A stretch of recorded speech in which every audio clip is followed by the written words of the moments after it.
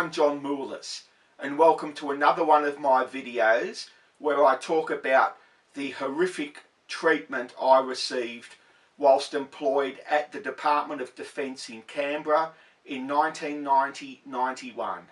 Now, in one of my last videos, I mentioned a fella named Calum Bell, who continually called me faggot all the time and screamed it out over the office, and no action was taken against him by the bosses. In fact, his appointment was actually confirmed whilst he was doing that, whereas the bosses continually refused to confirm my appointment.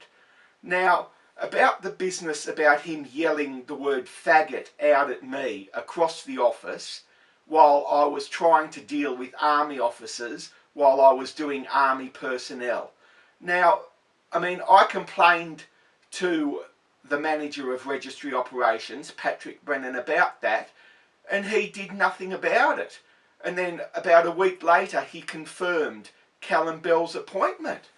And when I asked Patrick Brennan why Calum's appointment was confirmed and mine wasn't, he said, "Oh, I was the only one who complained about Calum." You know, but I would have thought that the nature of those complaints about him was so serious that they should have resulted in instant dismissal, instant annulment of appointment. I mean, for example, if it was private enterprise, that would have been instant dismissal. If you had a bank manager there trying to deal with a young couple trying to arrange a housing loan there at his desk, and one of the other people in the office was yelling out at the bank manager, "Faggot, faggot," all the time, you know, that would be instant dismissal. But there in the Department of Defence, oh no, you know, that was perfectly all right. I was the only one who complained, so we'll confirm that guy's appointment. I couldn't believe, and the way in which they were constantly protecting this guy. Every time I complained about him, the other staff would rally around him. He was some sort of hero in the office because I didn't like him. He was seen as being persecuted by me, you know, and I was seen as the bad guy. And when I complained about the use of the word faggot and the other four-letter words in the office, Patrick Brennan's response was to write a minute to his boss in Civic saying, "There is a great deal of resentment amongst my staff at being told they have to be very careful about what they say in front of Mr. Moulis." I mean, this was just incredible. It was just... And another thing that Calum Bell did, we did our mail deliveries around the department on these clapped out old trolleys. We stood on them, and they'd go along, they'd have bins in the back of them where we had all the letters and everything that we had to deliver. And the batteries were just clapped out. They were more than 20 years old, and they used to stop all the time, and we had terrible problems with them. What happened, I was finishing my mail run, and I was on one of these trolleys coming back into the office, and Calum Bell walked in front of me, and he shut the fire door in my face, the fire door at the start of K Registry. And I was locked out, and I was bashing on the fire door for somebody to open it and let me in. Nobody would open it. So I went all the way around to the other entrance of the office. I opened the fire door and brought the trolley in. Now, I complained to the bosses about that. Nothing was done about it.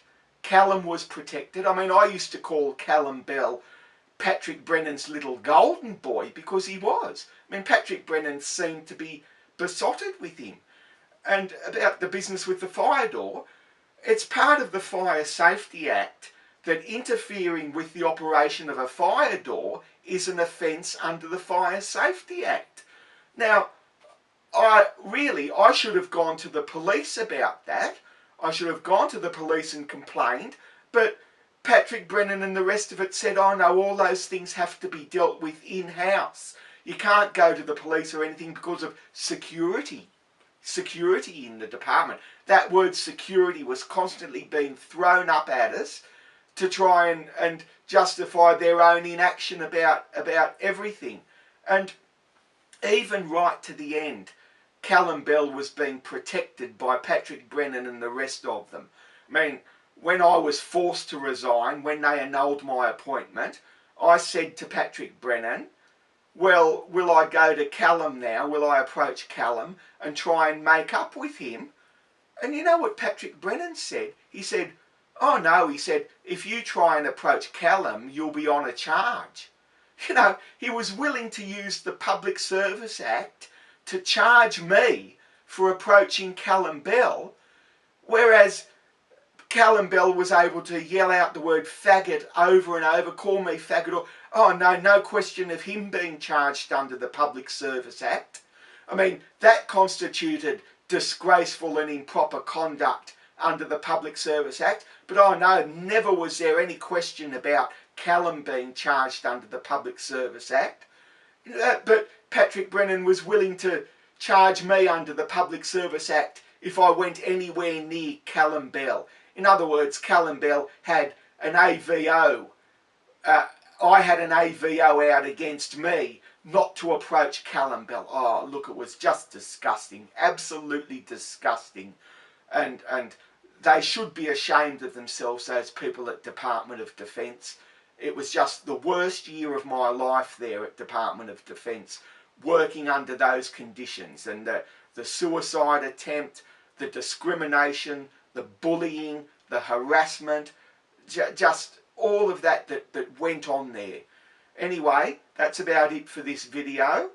I hope you found it enlightening again, and I'll be back again with another video about my time at Department of Defence. Thank you for listening. All the best and goodbye.